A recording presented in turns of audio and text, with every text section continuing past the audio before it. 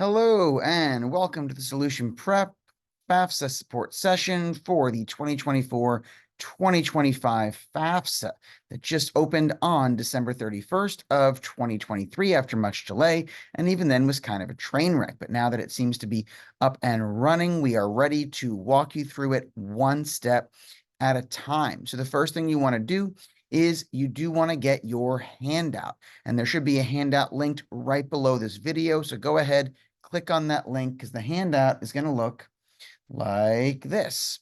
And we're going to be writing all over this throughout the course of our conversation today. So once you have your handout printed, I want you to go in your browser to studentaid.gov. Studentaid.gov looks like this. And we're going to be doing 5 steps today. The first step is we're going to create a federal student aid ID for a parent. Now, if a student has one biological parent, end of list, that's the parent. If the student has 2 biological parents in the same household who file their taxes jointly, we only need one parent, we don't need both. If the student has 2 biological parents in separate households, the household providing more than 50% of the student's financial support will be the household that we're going to get an FSA ID for. Even if the student doesn't live in that household, even if that household doesn't claim the student as a dependent on their taxes. And whatever household that is, if that biological parent is remarried and the step-parent files taxes married filing jointly, we still only need one of those, and it really doesn't matter which one.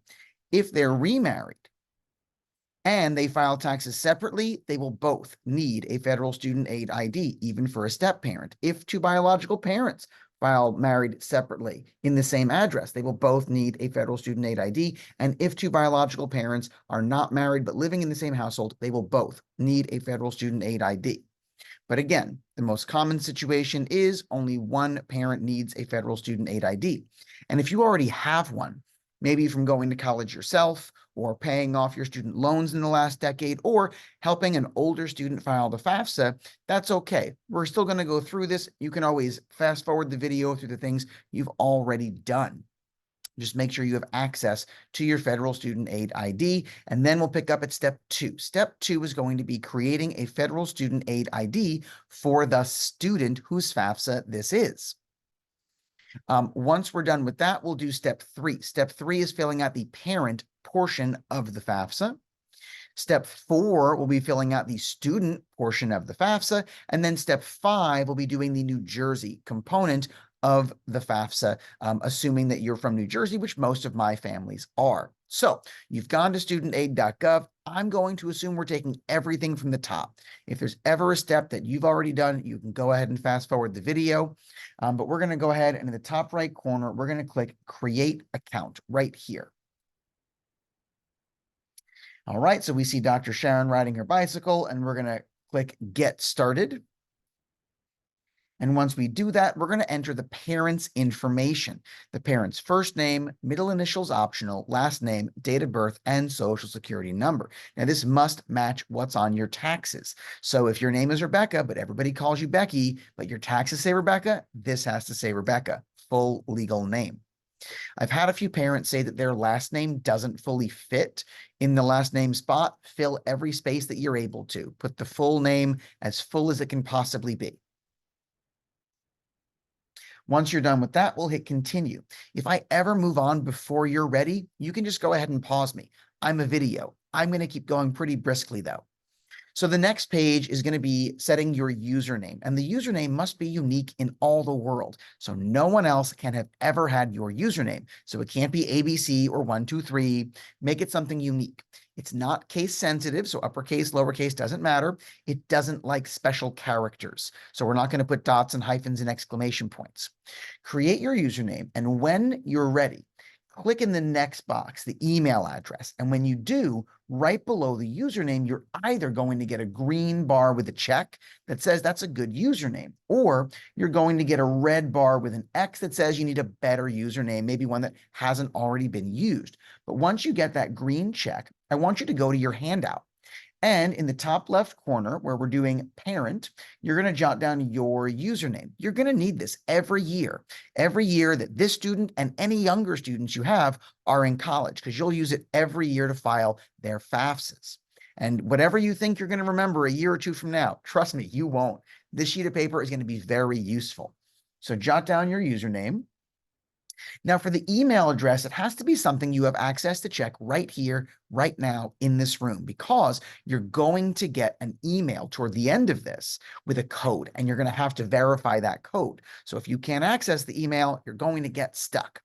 Let's go ahead and enter an email address you have access to, confirm it, and then go to your handout and jot it down in the email spot.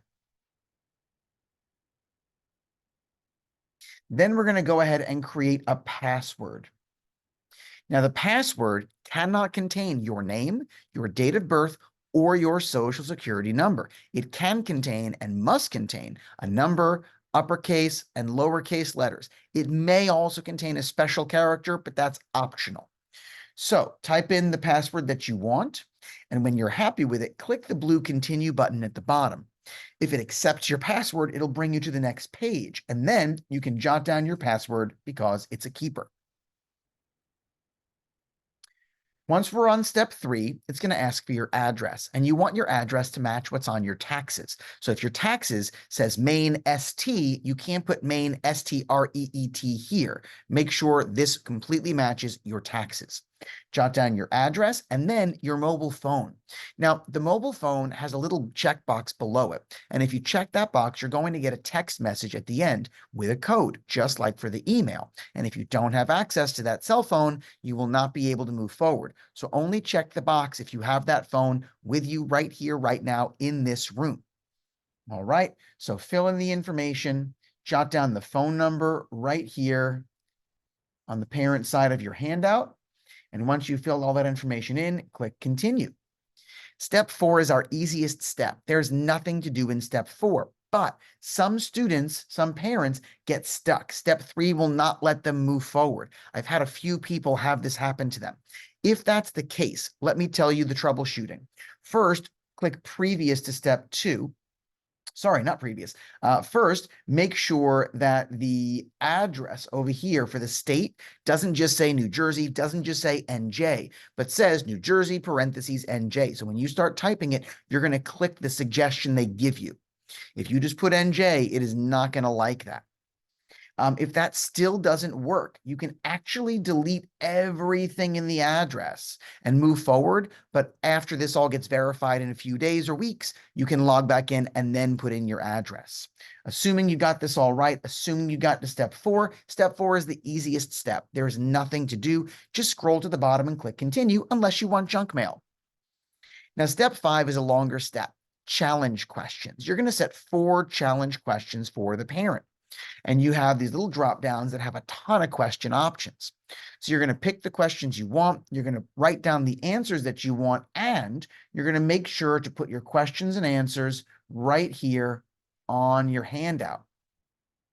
Now, a few tips. The answers don't like special characters. So if it's the name of your first grade teacher and you want to put Mrs. Goldschmidt, it's not going to like MRS, period. If you put mother's maiden name when your mother's maiden name was O'Leary, O apostrophe Leary, it's not going to like that apostrophe. You can have multiple words. Just make sure that when you write down on your sheet what you put, you make it clear there's a space there. And also, you can't put the same answer for multiple questions. So if you met in the same, if you met your spouse in the same city that you were born in, you can't put both of those questions and the same answer twice. So go through, put 4 unique questions, put 4 unique answers, write it all down. Pause me if you're not ready to move on, because I'm going to keep going. When you're ready, click continue, and it'll bring us to step 6. Step 6 is just verifying everything you've already done. So scroll down, make sure it all looks good, get to the bottom, click that blue continue button. Now we're on step 7. Step 7 is to verify your phone and your email. And up here on the screen, I only have email, but you'll probably have both if you checked the box for cell phone. So you're going to click the verify button next to the cell phone, and you're going to get a text message pretty quickly. And you'll take that 6-digit number and jot it down in the little pop-up box and then click verify. And then you'll do the same thing for the email. Click verify, go to your email, retrieve that code, put it in the box, click verify, and then you'll have green checks next to both of these. The cell phone works pretty quickly for the text messaging, but the email sometimes takes a minute or two. So please be patient. If it's been over 2 minutes and you still haven't gotten a code that you've requested, you can click resend code.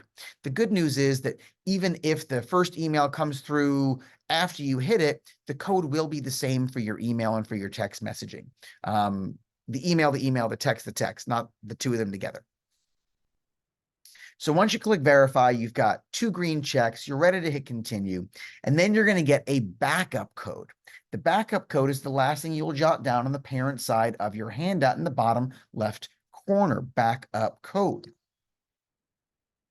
Okay, so once we have that backup code written down completely, you can check the box that you've stored it someplace safe. You can click continue, and then we're going to get our first step completed, successfully created. Step 1, done. If at any point you were not ready to move on, you can always pause me here, rewind the video, go back to what you need. I'm going to keep moving. So now that we're done with step 1, we're getting on to step 2. Step 2 is creating the student's FSA, Federal Student Aid ID. So again, in the top right corner, we're going to click Create Account right up here, and it'll bring us back to Dr. Sharon on her bicycle. And if you're thinking, who is Dr. Sharon? She's a character from Ted Lasso. She looks exactly like this, riding her bicycle. And we're going to click Get Started. And once you click Get Started, you're going to enter the student's information, full first name, middle initials optional, last name as much as it will fit, date of birth, and social security number. Make sure you're getting all of this stuff right, because if it's different than the actual information, you're going to get stuck later. So double check.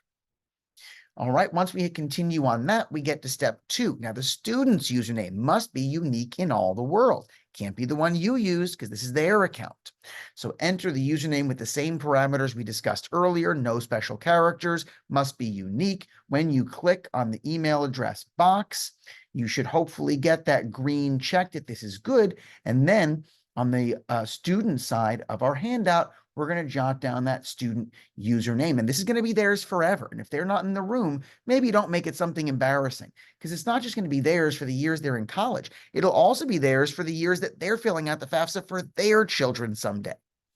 Next, we're going to set an email address, and the email address has to be one you have access to check right here, right now in this room, because you're going to get that code, but it can't be the same email address that you used for your FSA ID, because if it is, it's going to say, hey, there's already an account for that email address.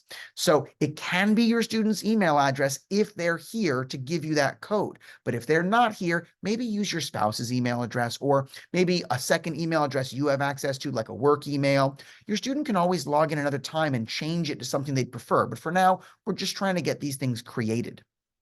So enter that email address, and once you've got it, jot it down on your worksheet. Then we're going to enter a password, and the password must contain an uppercase, a lowercase, and a number. It can contain a special character, and I actually encourage you to put a special character like an exclamation point or the @ symbol or a $sign somewhere in this password, because later today, we're in step 5, we're going to create a password that requires a special character. So if you already have that here, you can just use the same thing twice. So go ahead, create that password. Cannot contain your student's name, date of birth, or social security number. And once you've confirmed it and you click continue and it lets you proceed, you know it's happy with your password. And then you can go back to your handout and jot down your password for your student. Next, it brings you to step 3, the address. If your student filed taxes, this must match what is on your student's taxes. If they didn't file taxes, just make it match whatever you put for your address. Okay. Again, the state can't just say NJ, can't just say New Jersey. When it gives you a suggestion, click on the suggestion to get the full answer, or else you might get stuck here. You can enter your student's mobile phone number, but if they're not in the room to give you that code, don't check the box. It's okay. You can move on without it. But if, let's say, they're out with friends and you're sure that if you text them, they'll get back to you real fast, and then they don't, and then it times out, and then you're stuck, it creates a whole problem. So only check the box below mobile phone if your student's in the room or upstairs for you to go wrangle them. Jot down the phone number that you put down right here on their handout.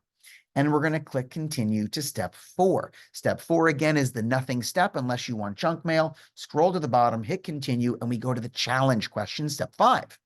For the challenge questions, you're going to answer these as if you are the student. So whatever your student would put here, select questions and answers that your student would know, because a year from now, 2 years from now, 25 years from now, when they're filling this out for their kid, 30 years from now, who knows, they're going to need to have their information, and they're going to have to know. So if it's color of your first car, color of their first car, not yours. Mother's maiden name, their mother's maiden name, not yours.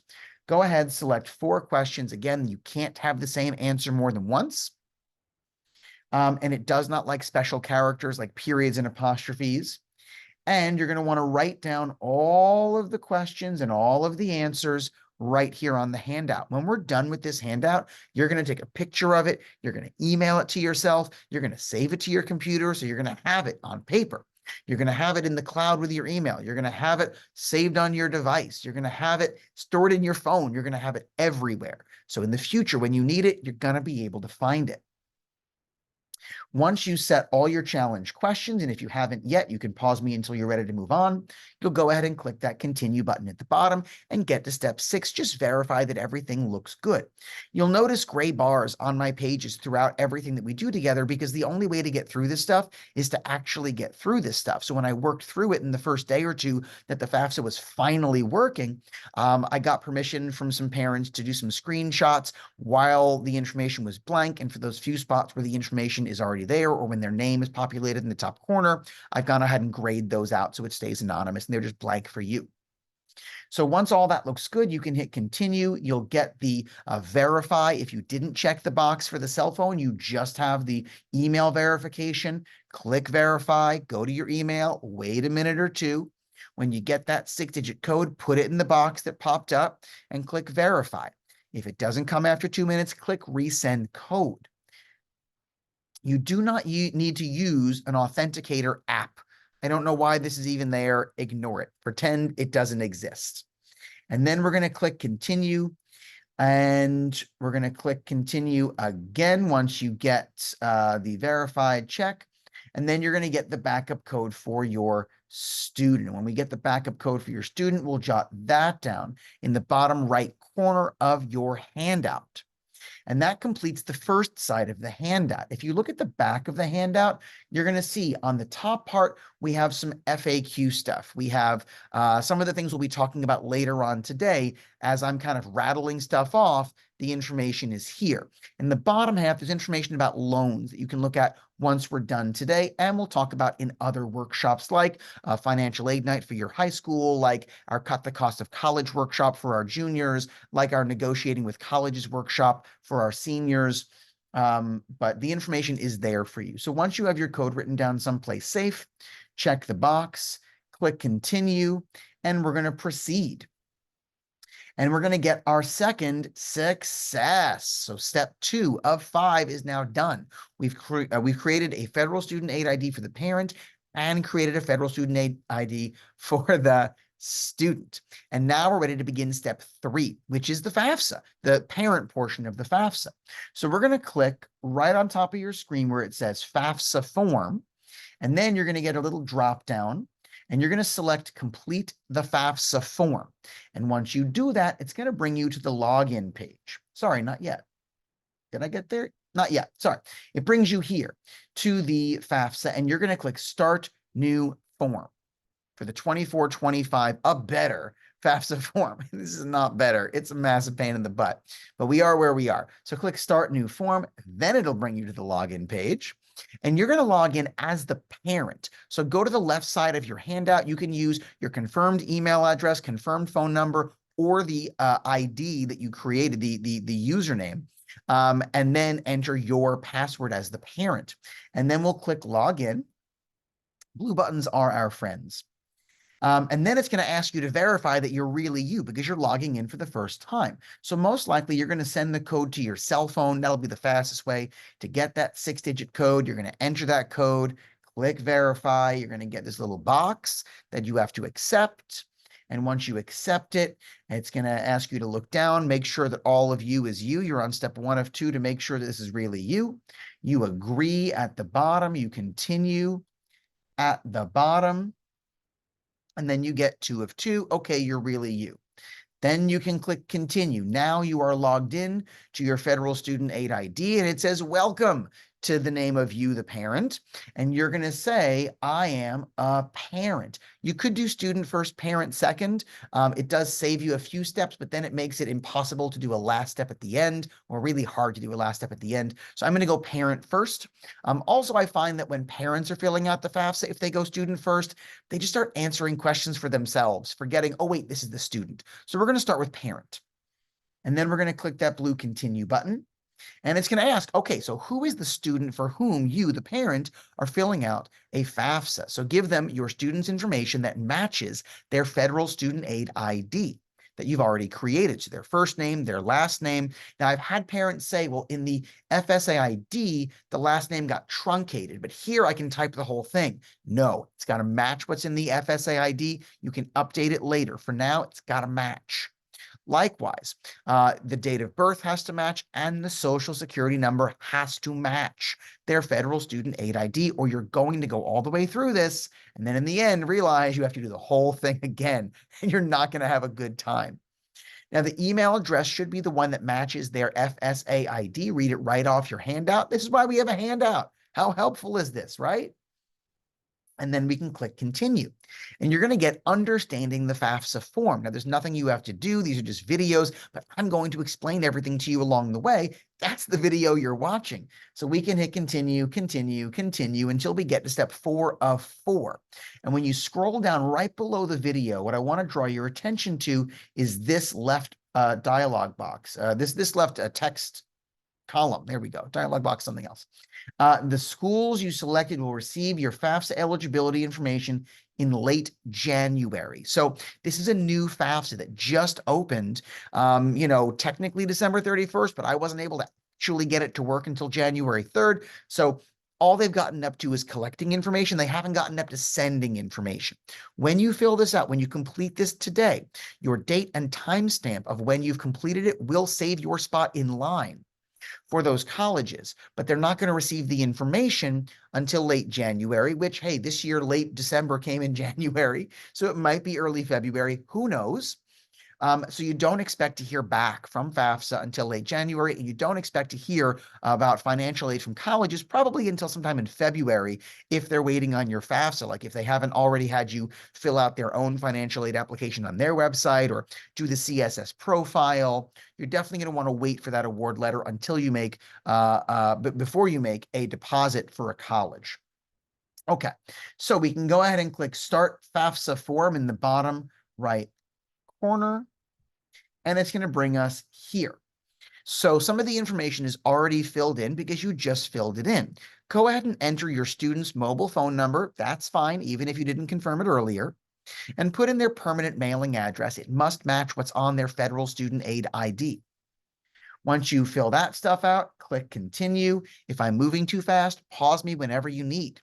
It's going to ask what state your student lives in. And once you enter the state, you have to click. You can't just put NJ or New Jersey. You got to click the option they give you. Then it's going to give you a little dynamic question. How long have you been living there?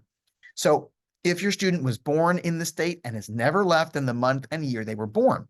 If they moved here, the month and year they moved here. If they were born here, then left, then came back when they most recently moved here.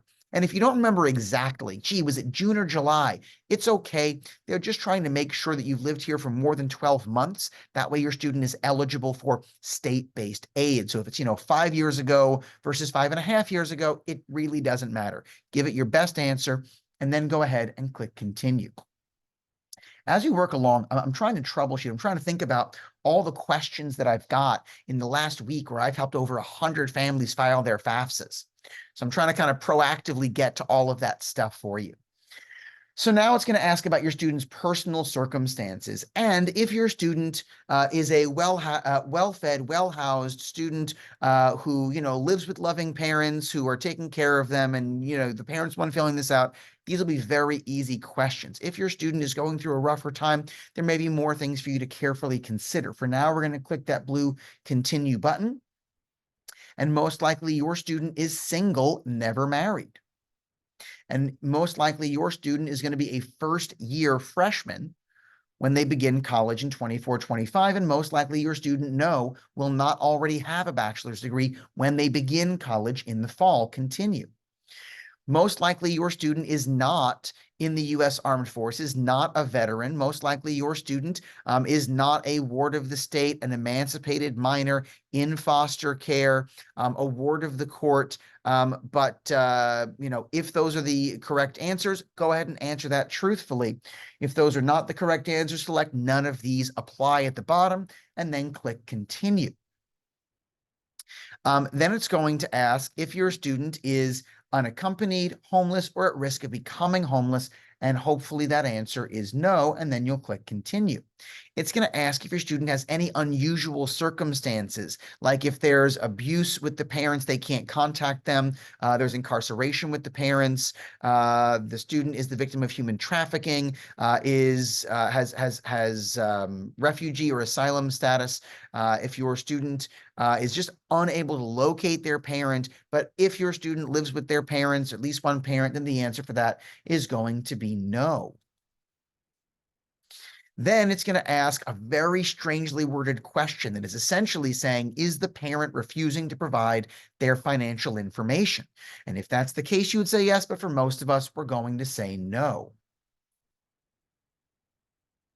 After that, it's going to merge the parent identity information from your FSA ID. Remember, you're signed in, so it knows who you are. Scroll down, make sure it looks good, click continue, and you're going to get to provide consent and approval with this green box summary. Scroll to the bottom, click approve in the bottom right corner, and continue. Now it's asking about parent demographics.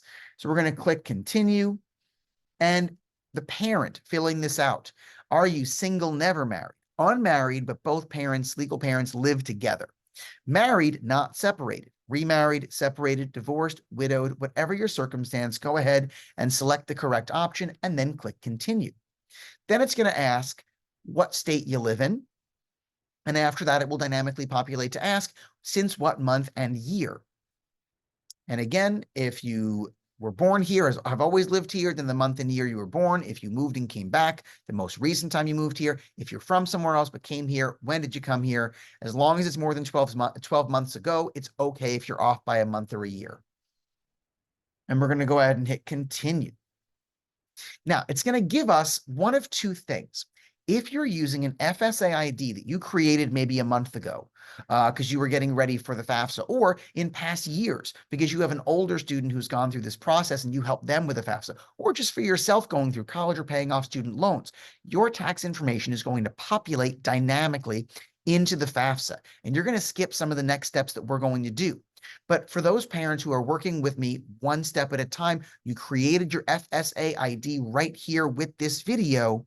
We're going to have a little orange box that says, we recommend you return later to complete this section. They recommend that because they want to pull the information straight from your taxes. But we're going to push forward because we're going to be able to answer these questions as we go. So don't be afraid. If it's a red box, we have a problem. If it's a yellow box, we're good to go. So go ahead, hit continue. And then it's going to ask you some questions. Did you get the earned income credit last year? Take a look at your 1040, your taxes that you filed, and look at line 27.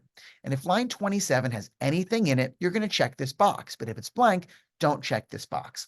It also asks about questions like, did you receive federal housing assistance, free or reduced price school lunch, Medicaid, QHP, SNAP, SSI, TANF, or WIC? If you received any of these, check the box. And checking these boxes may impact some of the later questions. You may be exempt from some of those questions. Like if you qualify for Medicaid, it's not going to ask about your assets because they just don't bother families who qualify for Medicaid or WIC or TANF. They don't bother asking them about their assets because they're under a certain income level. If none of these apply to you, check none of these apply, and then click the blue continue button below. And when you're ready, we're going to move on. If your taxes were pulled in dynamically, it's not going to ask you this next batch of questions, and you can just fast forward until we get to the scholarship question. Or you can just roll it through if it makes you happy and you like the soothing sound of my voice. So if you just created your FSA ID today, it will ask if you filed a 1040. Hopefully the answer is yes, if you have or will. So go ahead and click yes. If you earn so little that you don't have to file taxes, you would click no. Once you click yes, if you selected that you were married or remarried, it will dynamically give you a new question. Did or will the parent file a 22 joint tax return with their current spouse? If you filed single, widowed, divorced, separated, it's not going to ask you that second question. It's dynamic. So answer that question accurately. If you're unsure, take a look at the top left corner of your taxes to see if it says married filing jointly or married filing separately, or, head of household, whatever it is, and then click continue. So this next question, if your taxes were pulled in automatically, it will say your family size is this. Has it changed since your 22 taxes? And if it has, you'll click yes. If not, you'll click no. For those of us who just created the FSA ID, it knows how many parents you have based on if your parent was single, a widowed, divorced, married, etc. And it's already counting the student for whom this is the FAFSA. But if you have any other children or other dependents living at your home who will be completely dependent on you in the 24-25 school year, this can include elderly parents whom you claim on your taxes, then you're going to total up those other people, not the parents, not the student for whom this is the FAFSA, right here. But if this is your only child, then you're going to leave this as 0. If you have no other dependents, we're going to put 0. Ooh.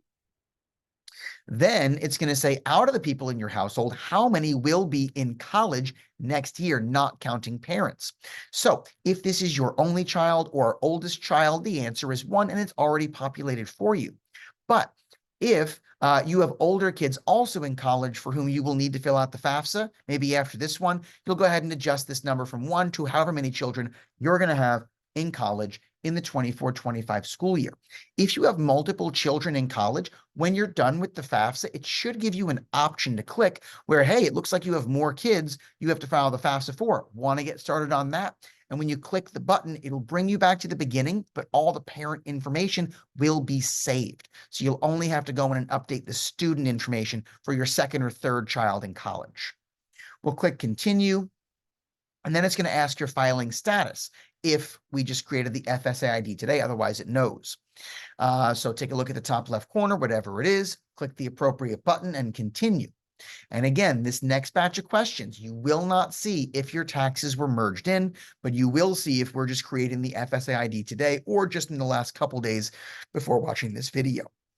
So these questions, they don't tell you where the information comes from, but I've put up here on the screen where you're going to find the information for a standard form 1040, not the 1040R or 1040 Easy or 1040 anything else. Most families have a 1040, so that's what I went with. So earned income from work, whatever is in line 1Z, you're going to put here for most families. If you have other weird income in your different lines within one, then you can just go to all of your W-2s and 1099s for the parents in the household and add up whatever is in box 1. That's the gross wages. You would include in here things like not just salaries, but also commissions and bonuses, because that's from work. The next box is whatever is in 2A of your taxes, tax-exempt interest income 2A. If it's blank, put a 0 here. Don't leave anything blank on this form. The next question, untaxed portions of IRA distributions. Take a look at your line 4. You'll have 4A and 4B. If there are numbers in either of these boxes, subtract them. And if you get a positive number, put it here. If you get a negative number or there are no numbers, put 0 here. If you get a positive number, you'll get a new box dynamically populating that will ask how much of this was rollover, which hopefully your taxes also indicate the word rollover. The same thing is true for the pension question. We're going to do 5A minus 5B. And if there's no numbers there, put 0. If it's a negative number, put 0. If it's a positive number, put it here, and you'll get that dynamic question asking how much of it was a rollover, which again, hopefully your taxes indicate. The next question is adjusted gross income. That'll be line 11 on your taxes. So go ahead, look up that number and put it here. The next question is income tax paid. Look at line 22 of your 1040. Put that number here, but we might not be done just yet. Most of us are. So put that number here, and then let's go exploring. Flip through the pages. Look at the top left corner behind your 1040 and see if you have a Schedule 2. If you have a Schedule 2, look at line 2. If that's blank, you're good. If you don't have a Schedule 2, you're good. But if you have a Schedule 2 and there's a number in line 2, subtract that from the number we already put here, delete the number we put here, and put the new number. So that's line 22 from your 1040 minus line 2 of your Schedule 2. That's the number that'll go here for your income tax paid.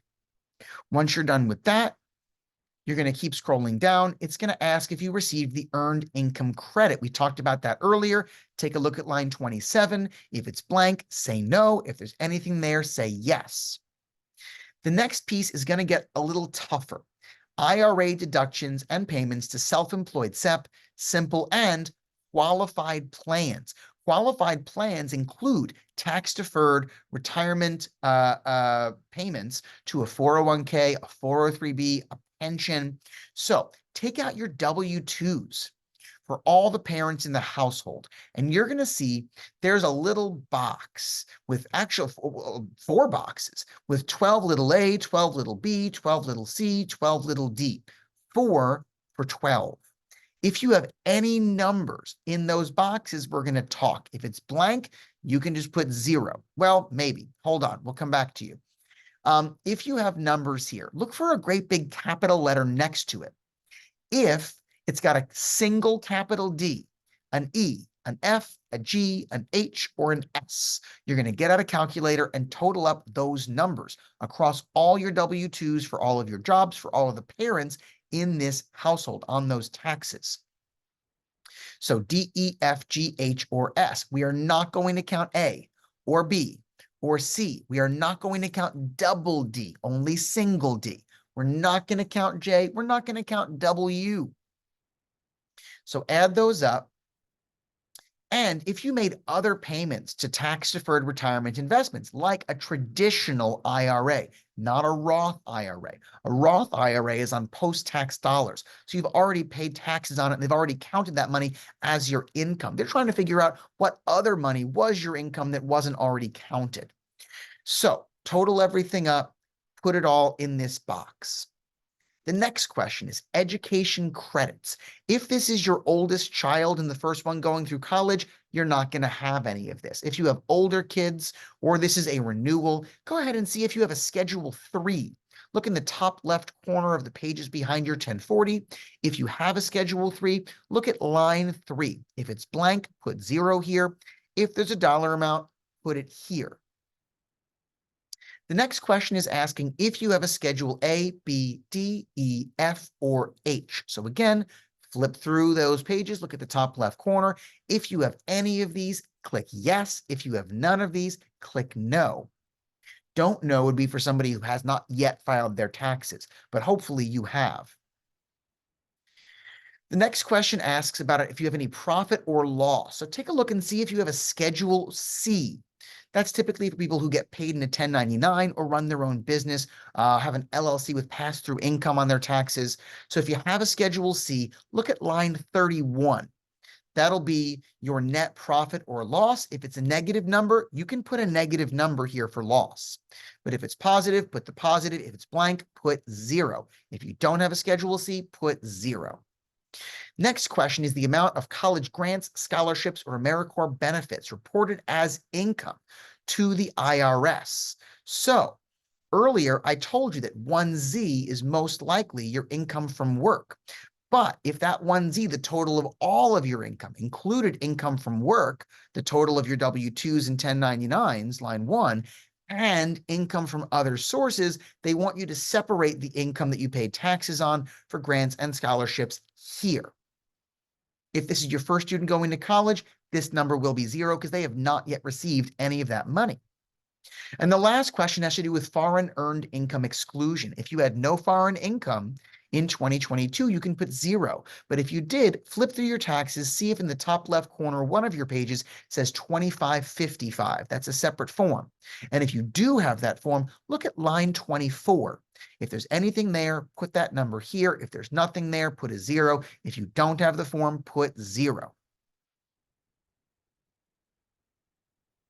All right, now we are continuing, and it's going to ask about assets. Now, if your income was below a certain threshold, meaning you automatically qualify for the maximum Pell Grant, they're going to skip these questions. You're not going to see this page. You're already beyond us. Please be patient. We're going to catch up to you shortly. If you check that you got Medicaid or SSI or TANF or WIC or, any of the benefits earlier, it's going to skip this. So please be patient. We're going to catch up to you. For everybody else, it's going to first ask about how much child support you received. It automatically populates 0. If you received child support in 22, you're going to total up the amount you received. It's not how much you were owed. So if somebody caught up on arrears, you got to put what you received, even though it's more than what you were owed. If somebody is behind in arrears, you still just put what you received, not what you were owed. Then we'll scroll down and we get the 3 big boxes about real assets. Now, we're not going to count custodial accounts here. Those belong to your child. You're just the custodian of those accounts. It's their money. So we're not counting that. In the first box is where we're going to put things like your cash, checking accounts, and savings accounts. That's the liquid money. So total it up. They want 0 cents. So round it off to the nearest dollar and put that total here. Look at your checking account, savings accounts, money hidden under the mattress. How would they know you have money hidden under the mattress? Well, they wouldn't, but it's a felony to lie to them, so don't lie to them.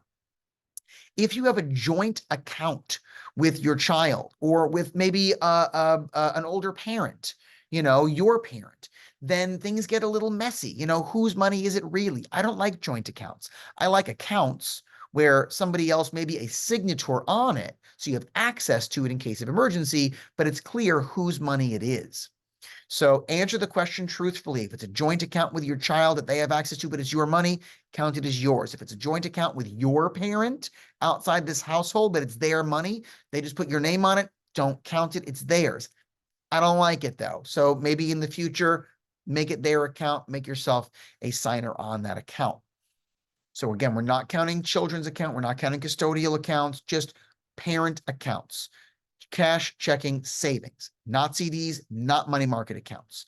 Once you total that, we're going to go to the next box. The next box is where we're going to put stuff like CDs and money market accounts. These are our investments, which will include non-retirement investments, stocks, bonds, ETFs, index funds, crypto. It's going to include your 529 or Coverdale for this student only, not all of your children. That's a new thing this year. It used to be for all the children in the household, but now it's just this child. So maybe if you have a lot of money in their 529 plan and you have a younger kid, maybe transfer the money to the younger kid's 529 plan first. Even though it's for their college, it's your investment, FBO, for the benefit of the student. So you're legally allowed to transfer it between siblings without paying the capital gains tax and without paying any penalties. So we're going to total those things up. Now, this will include real estate other than your home. Don't count the home where you live. But if you own rental property, vacation property, investment property, count your equity in it only. That'll be the total value minus the liabilities like a mortgage, only the amount that you actually have. So we total those things up, not your home, not your retirement investments, and put that here. Then in the last question, it's asking about your business. If you have a business or investment farms, it used to be only if you had 100 or more employees, but now it's any business. So go ahead and total up. If you have a business, your assets minus liabilities. So an asset would be the money you have in the bank or the value of a building that you own. Do you have to figure out, gee, if I tried to sell, my desk, what would I get for it? Probably not. They're not going to get that nitpicky about it. If you don't own a business or a farm, put 0 here and then click continue. For those of you who are able to skip the assets, we're now caught back up to you. Let's keep going. So if you put that you were married or remarried, it's going to ask about the spouse who doesn't have the FSA ID. So include that person's information, first name, last name, date of birth, social. You can use the same email address for them as any of your FSA IDs. It doesn't matter what the email address is. So go ahead and answer those questions. If you put single, separated, divorced, widowed, you're not going to get this question. We'll go ahead and hit continue. Now, it's going to bring you one of two places. It's either going to bring you to parent identity information, or it's going to bring you to take a moment with these bicycles. If it brings you to the parent identity information, this is a known glitch happening right now with the FAFSA. It's bringing you back to the parent portion, but the good news is everything is saved. So all you have to do is keep scrolling to the bottom and hitting continue, continue, continue. So just keep going. Pause me if you need to. Scroll to the bottom, continue, approve, verify, yes, go, continue, continue until you get to the little bicycles in the top right corner. If it brought you to the bicycles already, okay, let's keep going. So we're going to scroll down. You're going to notice the student information, some of that is blank because we've been doing the parent portion. When you scroll down, the parent information is filled in. It's just missing your signature. So go ahead and click continue. And then you're going to get to sign and complete your section. Scroll down. It'll say I, your name. You're going to check the box and swear under penalty of felony that you are really you and you have not lied. And then you're going to click sign. And once you do, you're going to get, you're almost there. We're at the balloons and we've just completed the biggest step of our project today. Step 3 of 5 is done. And we're ready to begin step 4. If you're not there just yet, pause me until you're ready to keep going. So in the top right corner, you're going to see your name. What you want to do is click your name and you're going to get a little drop down. And the last option is going to say log out. So go ahead and log out as yourself. And then it's going to bring you here to log in. You're going to log back in, but this time as the student. So go ahead, enter your student's confirmed email address, confirmed phone number, or username from the FSA ID from your handout and your student's password right here. Then click login. Once you do that, it's going to make you confirm that this is a real account, just like it did when we logged in for you earlier. So if you have the SMS verification, that'll be fastest. If you didn't check that box earlier because your student wasn't here to give you the code, the email will work just fine. Go ahead and click send code. It'll get to your email. It will take a minute or two. You'll enter that code. You'll get the dialog box. That's a dialog box. You'll click the accept. And it'll bring you to step 1 of 2, confirm your information. So make sure this is the student, make sure this is all correct, scroll down, and if it is all correct, click the checkbox and click continue. Once we've done that, step 2 of 2, you're verified. If it doesn't have your phone number verified, that's not verified, but that's okay. As long as one of these is verified, you can continue. And when you do, it's going to bring you to your dashboard, most likely, your student's dashboard. At this point, we're going to click View My Activity. So go ahead and click that. And what it's going to say is the parent name started a FAFSA form on your behalf. And we're going to go ahead as the student and accept that invitation to continue the FAFSA.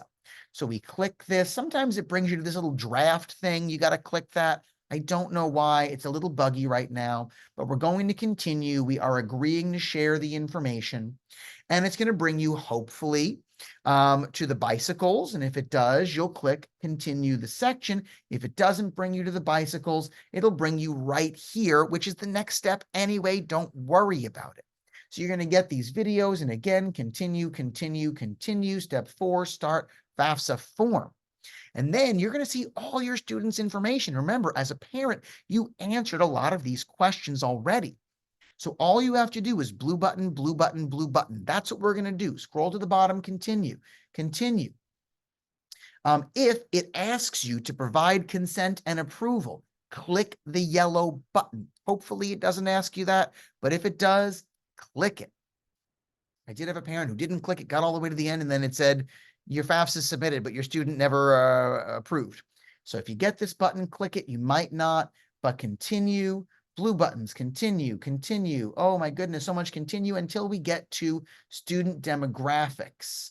Once we get to student demographics, now we're going to get to some new stuff, new questions, new answers. So go ahead, click continue. And then you're going to give your students, you're going to give your students gender, or if you prefer not to say, you can click prefer not to say. You have to answer it, but you can give them the non-answer answer if you'd prefer. Colleges will not see this information. This is just for the government. For demographic purposes, they can run their statistics. It's going to ask if your student is Hispanic, Latino, Chicano, of Spanish origin. So check the appropriate box or check prefer not to answer. It's going to ask your student's race, check the appropriate box or prefer not to answer. When you click that box, it's going to give you more options. You are not required to click any of those. You can if you'd like to. Again, colleges will not see this. It's going to ask your student's immigration status.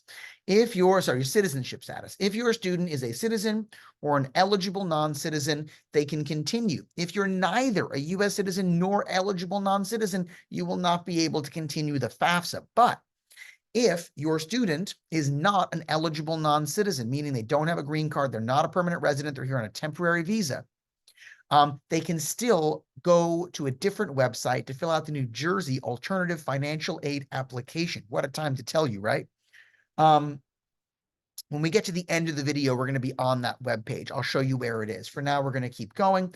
We're going to hit continue. It's going to ask about the college status of the parents. So if the parents never attended a single college class, the first option. One or more parents started college, never finished, the second answer. If one or both parents have a bachelor's degree or higher, the third answer. And I think we're not going to click don't know because we're filling this out as a family. Then we'll click continue. Hopefully parents were not killed in the line of duty, but answer this question truthfully and continue. The student will have a high school diploma when they're beginning college in the fall. Click that option and continue. Now we're going to enter the student's high school. So enter their state. And then once you enter their state, it's going to dynamically ask you for a city. Then once you start typing in the name of the school, it's going to give you suggestions for, a school that starts with that letter in that city, in that state. Click that option, and it will give you a chance to click a button and then confirm it's really the right school and continue. Now we're up to parents' finances. So again, if you, student finances, your finances, we're logged in as the student. Whoa, almost got me. So now we're on to the student finances. If the student just created their FSA ID today with me in this video, you're going to get this yellow box. We recommend you return later. We're not going to return later. We're going to press onward. If your student has an FSA ID, maybe you took care of it weeks or months ago, then it's going to be dynamic. It's going to automatically answer the next few questions. We're going to click continue either way. Did your student or will your student file 22 taxes? If your student earns so little that they did not have to file taxes, you can click no. If you click no, it will then give you a dynamic question. Did the student file foreign taxes in 22? Answer that question next and continue. Now, if your answers are no and no, it's going to power you through to the asset section.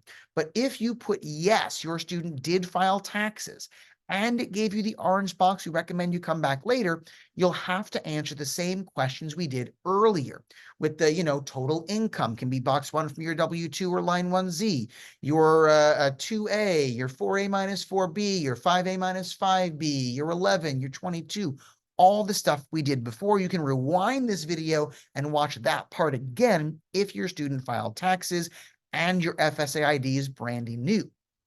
If the answer is no, we're going to go straight to assets. Now, if the parent earned below the threshold to qualify for the maximum Pell Grant or qualified for any of those federal benefits earlier, you will also not see the questions for student assets. Just like you didn't for parent assets, you're going to be waiting a step ahead of us. We're going to catch up to you in a moment.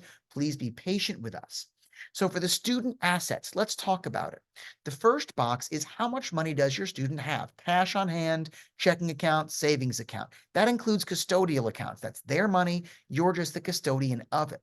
So total up that and put it here. Even if it's only 20 bucks, put it and no cents. Always round to the nearest dollar.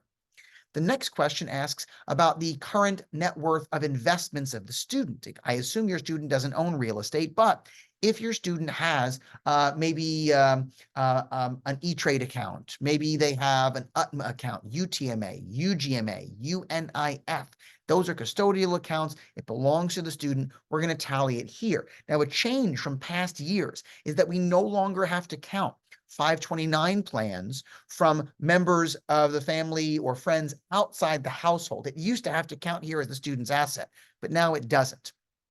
And of course, we're not counting the parents' 529 plan here. We already counted that as the parents' investment.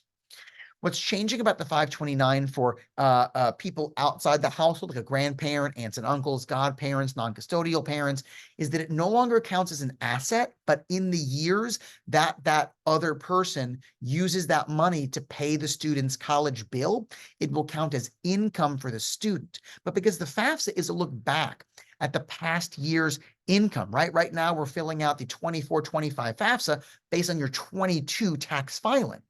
If whoever has that 529 plan makes those payments January 1st or later of your student's sophomore year of college, they'll be out of their 4 FAFSA earning years for their 4 years of college, assuming they graduate in 4 years. If your student will do a 5-year program, wait another year. If they're going to do like a co-op program, they'll take 5 years to graduate, wait another year. Total up all the investments of the student. The next question asks about the student's net worth of a business. If they don't own a business, the answer is 0. If they do own a business, assets minus liabilities. I've got a student who buys and sells sneakers online. What's he supposed to do? Evaluate the going rate for these sneakers. My philosophy is things are only worth what somebody's willing to pay the day you're willing to sell it. And if you haven't posted them for sale, they're worthless. That's my philosophy. But if there's money in a company account, you have to count that. We'll click continue, and then we're going to select colleges. This is the last big piece of our project today. Once we get through this, we are almost done. We are minutes from being done. So go ahead and click continue, and you're going to see 0 of 20 schools. You're going to list every school that your student has applied to, might apply to, or will apply to. All right, so if you're not sure, put it on. If they haven't gotten to it yet, put it on. It used to be only 10 colleges. Now there are 20. If your student has more than 20 colleges, I don't know why you've done this to them, but I will tell you what to do if your number is greater than 20 in a moment. For now, let's start adding colleges, starting with the state of the college. Then it's going to ask you to give a city and the school name. If you're putting a pretty unique school name, you can skip the city. If the school name is like, Penn State, it's going to really help to put the city of which Penn State because there are 21 of them, 19 undergraduate and 2 graduate. So go ahead, state, city if you need it, school name, and once you get the right one, you're going to click the plus select button. And this 0 of 20 schools will become 1 of 20 schools, and this plus select will become a check selected. Then you'll do it again. Don't click continue. You can either change this information here, or you can click search more schools and it will clear this stuff out. So go ahead, 1 school at a time. You're going to want to pause me while you finish this because I'm going to barrel onward in this video. So pause me, get it all done, get all your schools, and then unpause. All right, so assuming you've now gotten all of your schools, we have now reached your full list or we've hit 20 and it's full. We're ready to move on. If you have 21 or more schools, you'll do 20 today. Then when you submit this, you're going to wait, and it's going to take time for the FAFSA to process. Typically, it takes 3 to 5 days, but with this new FAFSA, I don't expect it to finish until the end of January because that's when they told us they're going to send the information to colleges. If it happens earlier, I'll be just as surprised as you. I'm recording this video as early as I'm able, so we still don't have all the answers for this new FAFSA. But once you get that confirmation email that it's been processed, then you can log back in, remove your schools, add the new schools you wanted to put in, and resubmit. Any school you removed will still have the information that you sent. any school that you add will now get the information. This will be your new date and timestamp, saving your spot in line for these schools. So if you have schools that are your top priority, make sure they're in this list of 20. If you submit the information to the same school twice, meaning you only remove enough of the schools to add the rest and then resubmit, so some schools run it both times, the new stuff will replace the old stuff. They're not going to get a double file, but they're going to get an updated date because the assumption is you amended your FAFSA, and then your place in line is later. So do remove all of your schools before adding new ones if you have to add more than 20 schools. All right, we're going to go ahead and click continue. We get the bicycles. I love the bicycles. We're going to scroll to the bottom, all green check marks, all green check marks, and we're going to click continue in the bottom right corner. Blue buttons are our friends. Now we get to sign and submit the FAFSA form. Scroll down, I, the name of the student, agrees. You're going to check this box, and you're going to swear under penalty of felony that you are in fact this student, and if you're not, we're going to commit a felony. And we're going to go ahead and click sign and submit. And then we get congratulations. Oh my goodness, congratulations. The FAFSA form is completed and we are done with step 4 of 5. We are almost at the end. So it says your SAI is not available. If it has your SAI, then stuff has updated from when I recorded this video because they're still getting stuff situated. You're going to get a data release number. You can write it down if you want. It doesn't really matter. You're going to get emailed this information later. Okay. So scroll down on this page and you're going to see apply for state aid. If you did student first, then parent, not going along with me in this video, you don't see that button on the congratulations page. And that's why we did the parent first and the student second. So we're going to click apply for state aid. You're going to get a little dialog box and you're going to say transfer now. And it's going to send all your information to the state of New Jersey. And by send all your information, I mean queue it up so that when it's ready and they send it to colleges, they will also send it to the state.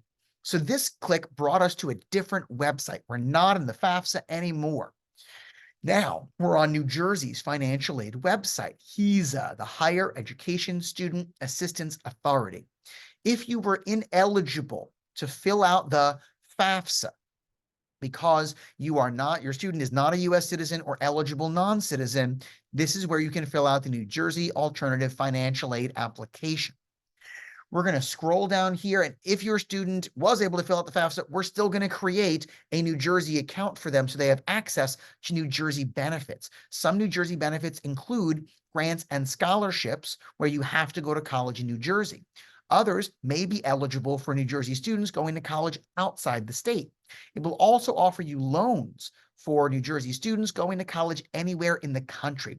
There's more information about that loan on the back side of your handout. It's called the NJ Class Loan. Everything on that handout is something that you are now eligible for from having filled out the FAFSA, except the NJ Class Loan, which we're about to make you eligible for by creating an account on this New Jersey website. So let's scroll down to where it's got a little person and a little plus button. Whoa, little person, little plus button, because you are new and we're going to click here because we're creating an account. Then it's going to say new to NJ FAMS. Click here, this red here right below the green text on the top black line. We click here and it brings us to this page. You're going to enter your student's information. Make sure it matches their federal student aid ID. So make sure it's the same date of birth and the same email address and the same everything. Now, the password can be the same. It doesn't have to be. This password must contain an uppercase, a lowercase, a number, and a special character. So if you took my advice earlier when you were creating your student's FSA ID and you included a special character in their password, then you can use the same password now. If you're using a different password, make sure to write that down somewhere on the right side of your handout.